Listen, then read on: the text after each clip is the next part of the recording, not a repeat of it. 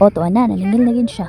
After 1 year kapin saya ang pagsigdagan-dagan sa mga kadalanan, ayha pagid siya naningil. Kay ngani mo ganing nahitabo mga kayabag ko. Nanghanggat ang among busing nga mga laag daw dito sa Bunawan River. Ug kami lagi kay mga gali nya gusto pod mo kuan kung asa na dapit ng Bunawan River. Nya basta biya mga river, tsada gi kaysa na siya pabugnawan, di ba? Aw sa mga laag gani game day na mga yabag. Ning mga yabagan ig-utok nga na nagin na bisag uli mga kwarta. Kay lagi sagot raman sa among busing ang kuan kanang mga foods lagi daw. Sagot nila pati foods and drinks and everything. Grabe ba, marapog wala ni increase ang gasolina kay galaagya pa. Sigayo ang amo ang agian nga mga kadalanan. Muna og naman, motungas naman. Basta kay layo gid siya. Unahan pa sa laturan libo na bukid nun. Basta kay ambot lagi first and last gid na nga pag-anha dara sa Bunawan.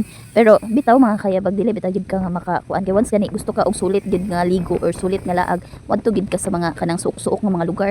Ug sa dihang pag-abot day namo nakita namig mga sakyanan so kaingon jud big mauna ni. Pero bitaw init na kaya mong lubot sige lingkod sa motor ba unsa na lang ka ang drive no ang mga nag-angkas gani sige nagreklamo mo. Ang luoy lang gid basta laag kay kanang bata nga gidala-dala namo ba madamay gid. Sa nakaabot na gid mi sa dihang kita naman day kuan ni sa kuan kanang mga post bitaw sa Facebook yung Bunawan River lagi. Nice unta kay dito mutubok sa unahan pero mahadlok lang ko kay unyag mataban bitaw ko anang pero bitaw walay halong char bisag unsa kalayo sa amo ang giagian sulit gid kayo pag abot na mo ngani ang view tapos ang tubig grabe katinaw gyud. Unta mi madto sa kanang waterfalls nga gamay ba na may waterfall gud adto sa kuan kaso lang kay ang isa pod kay mahadlok unya kunog mo dako daw ang kuan kanang suba. Ito na lang mi sa kilid o tanawa ang mga gagmay ligo-ligo na.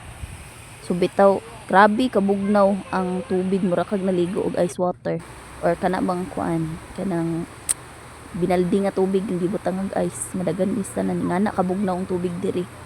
Lami bitaw ipang itsa kanang mga gipang high blood bitaw nalami kay itsa diri ikuwasan yun. Oh my god. Ni siya mo na ni amo ang paghuman og kaon pero basta makatusnob gid kag tubig na sureness tutumo na pud ka mao bitaw nang gadala namig makaon dira sa ubos. Ug syempre wala gyud wala ila ang pagtagay-tagay ibutang nila sa kuan tubig ang ila ang beer kay bubugnaw man din siya di na kailangan og ref oy taon kay mga bata kay kung mulangoy sila kay mataban sila sa gagas ang mga bata pug buot lingaw gyud kistanan pod. Ala we katawan ala nila may laagan nga sulit pero grabe pud kahoy sa lubot. Gusto gid mo kuan kanang challenging gid nga laag. Daanhin na mo diri sa Bunawan River kay bisan pag unsa siya kalayo at least pag abot ninyo sulit gid kistanan siya di ba? Char basig nang damay ra. Ug ang kuan dayon pag uli na din amo. Mo na din to nga na flat na dayon. Kani siya mo na ni amo ang pagpauli Tapos lipay pa kayo miani kay naay sunset. Darang sunset mga kayabag ko. Nice kayo.